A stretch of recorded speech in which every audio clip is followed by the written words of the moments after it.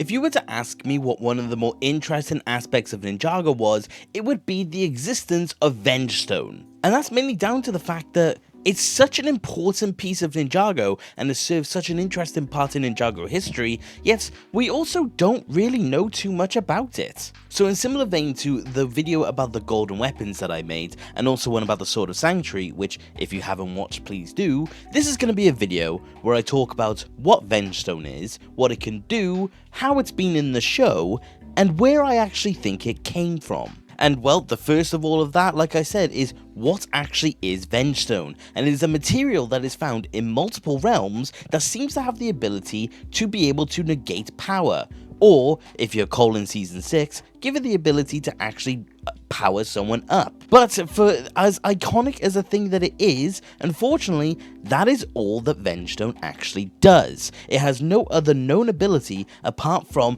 the negation of elemental power. But it has been utilized multiple times in the show and has basically been around since the beginning. Its first official appearance was in Season 1, Episode 11, All of Nothing, when the Serpentine trapped the ninja, Master Nia, inside a cage made of Vengestone, and that is when Wu actually told us what Vengestone itself was, which was the fact that it simply completely got rid of their ability, and that was the first time we ever actually saw the material. And then we didn't actually see it until Tournament of Elements, where we actually then start to see it utilized a lot more, where it started out as the Elemental Masters being captured using Vengestone, and then also seeing the Anaconda cultists use it to trap Kai and Skylar later on. But honestly, it's strange to think that we first see it in Season 1, and then we don't see it again until Season 4, because by the sounds of it, it was meant to just be a throwaway item that they just used for that episode specifically, but they decided to slowly bring it back, and now all of a sudden, it's a main staple of the series, so it's interesting to see how it progressed. We then go to Season 5, where we get a theorized appearance of Vengestone, because in the episode Sticks and Stones, we do see Ronan attempt to capture the ninja in a net, and it is theorized that that net was made of Vengestone, and that's because, later on in Season 6, we do see Ronan using Vengestone netting again on Jay, but again, it failed, so we don't actually know verbatim whether or not it was actually Vengestone, but that is the implication. But as for the rest of Season 6, we see it once in the episode Encrypted, when Lloyd was trying to break free of his chains, and that's when Noble mentions that they're Vengestone, and then we see a Vengestone ball and chain used by the Sky Pirates multiple times, but that was all we saw it in Season 6, and then we didn't actually see it again until Season 8.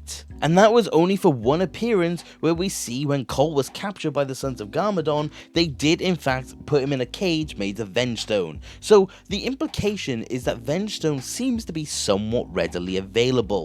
Well, in small quantities, but we will get to that in a minute. But then we do get to Season 9, where we do start to see a large quantity of Vengestone, because this is when we realize that the dragon hunters in the first realm mainly use a lot of Vengestone. They use it for all of their chains, all of their capture devices for the dragons. It is a lot, and it's abundant clearly in the first realm. And I do have a theory from where all that came from, but like I said, we see it multiple times across the course of Season 9. Basically, anytime you see a chain, that is when it was Vengestone. And this is also notably the instance where we start to see Vengestone adopt more of an orange aftertone to it, because before now it was mainly just black, but from here onwards it actually starts to adopt more orange. There was a brief appearance in the Prime Empire where Zane was captured by the mechanic, and we know for a fact again Vengestone chains were used, but it wasn't until Master of the Mountain where again we saw a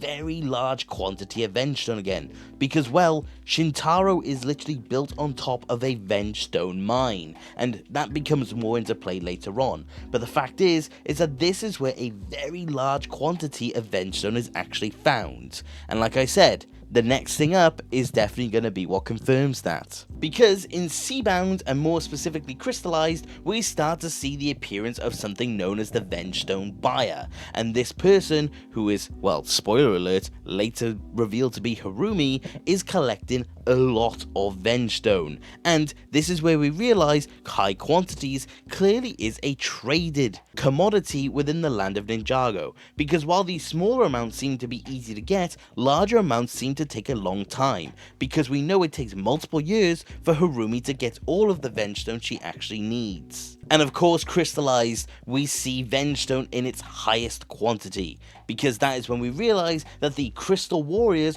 or the Overlord's army, is made of Vengestone itself to completely negate the ninja's powers. So here is the most prevalent time where we actually get to see Vengestone itself, which again is fascinating. And then as for Dragon's Rising, we actually only have seen Vengestone a handful of times, and it's only really in season 2. We see Euphrasia with a Vengestone necklace around her to keep her powers gone while she is captured, and then we see it in Elements of Betrayal when Cinder, the Wolf Mask Warriors, and Blecht were all put into Vengestone cages after they were defeated. But that is every single appearance of Vengestone up until the end of 2024. So we know what it is, we know what it does, and we know where it appeared in the show. But here is the main question. How did Vengestone come to be? Because as we know, Vengestone is clearly within multiple realms, so it seems to be something that has something in common with a lot of the realms, because we know it's not in every single one. So what means some realms get it and some don't, and what's the commonality? Well, I would like to let you guys know about a theory from Tommy Andreasen, which is that he thinks Vengestone was most likely formed when the first Ninjitsu Master was trying to rid of his Oni side, and then the Overlord was created, and that saturation of darkness is what formed Vengestone, which I like the theory, but it doesn't explain why Vengestone is in other realms. So here is where I would like to present an idea, which is that the Vengestone metal in of itself, or the material, is actually a byproduct of the Oni, and was something created by them to be able to counter the powers of creation. Because as we know, Vengestone of course completely negates any sort of elemental power, which of course serves as a benefit to the Oni because their main enemy was the Master of Creation, and we also know that Vengestone weakens elemental dragons. Not completely, but we know for a fact it has an adverse effect on them, so it overall has an advantage when it comes to the Oni. And of course we also know that it has to appear in multiple realms, and if it was when the first Ninjitsu Master was trying to get rid of his Oni side, or we also know that the Oni turned up in Ninjago, it would make sense that they would bring Vengestone along with them, or it would form as a result of the first Ninjitsu Master. So, was it something that happened because of the Oni? And here's the thing. Who knows? I do like this theory, and I do think it has merit to it, because the Oni are the only thing that it has in common with every single realm it appears in. So I like to think that it's a byproduct of them, because it also does serve an advantage to them. But who knows? Because it could be a completely different explanation. Because the thing is, while I do think Tommy Andreasen's theory has merit, unfortunately, like I said, it doesn't explain the entity of Vengestone being in other realms. So it has to somehow be in multiple with a valid reason to it.